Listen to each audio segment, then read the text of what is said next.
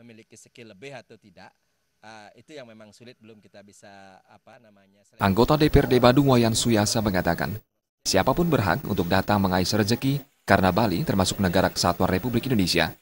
Namun demikian, penduduk pendatang juga harus mentaati regulasi yang ada.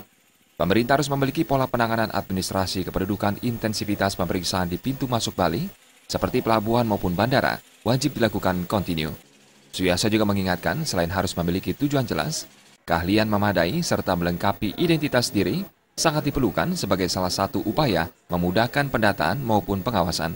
Menilai orang itu memiliki skill lebih atau tidak, itu yang memang sulit, belum kita bisa seleksi. Tapi di sisi lain, setelah kita akan cross check kalau sudah memang berada di masing-masing wilayah ataupun di mana desa dia tempatkan, di sana seharusnya aparatur terbawah harus betul-betul memiliki kemampuan ataupun ketegasan.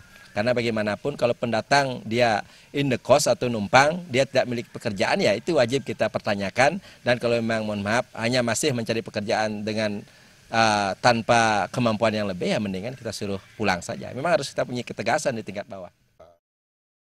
Hal senada disampaikan pengamat sosial Madeda Wijana. Menurutnya, aparat jangan lagi ada main mata dengan petugas di pintu masuk Bali.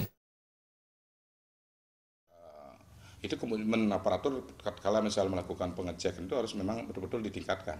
Jadi jangan sampai karena mungkin saja orang tidak bawa KTP, tidak jelas identitasnya, kemudian mungkin jangan-jangan gitu yang kita takutkan hanya di situ teledor atau hanya karena bayar mereka bisa lolos dan sebagainya. Ini menurut saya ini harus menjadi kesadaran semua pihak, karena apapun persoalannya ini menjadi persoalan sosial yang cukup serius. Sufiatna dan Indrawan, Bali TV.